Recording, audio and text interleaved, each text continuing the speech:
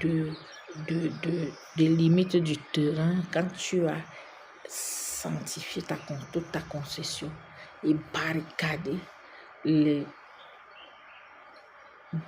par une muraille de feu et de pierre, par le sang de Jésus, tu vas constater que tout autour de la limite du terrain, il va se tenir une rangée d'anges immenses. Alléluia.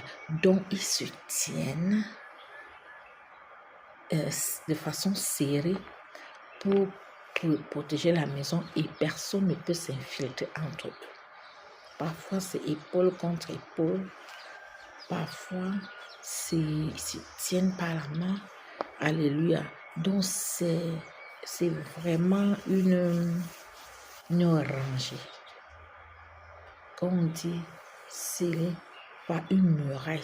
Ils forment vraiment une muraille de feu et de pierre. On ne peut pas traverser une muraille de pierre. Alléluia. Donc, et ils tiennent des épées. C'est-à-dire, la bataille, si il y a même un danger, ils vont combattre. Alléluia.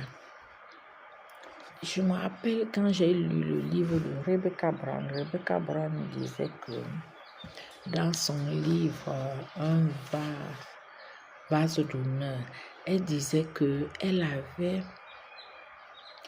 eu une vision. Le Seigneur lui a donné à Rebecca une vision, un aperçu du monde spirituel. Et tout autour des limites du terrain, elle a vu une rangée brillante d'anges immenses.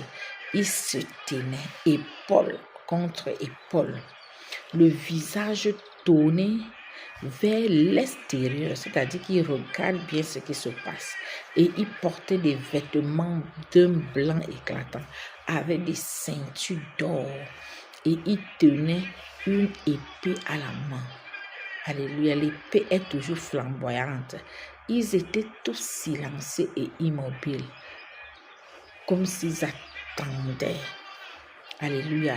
Et ils resplendissaient de lumière. La présence d'ange, c'est la lumière. Donc, c'est le feu. La lumière, c'est le feu. C'est pour ça qu'on parle d'une muraille de feu. Alléluia. Donc, toute la propriété, à cause de semblait éclairée d'une douce lumière bleue. Alléluia. Donc, il y avait beaucoup d'anges qui étaient près de la maison.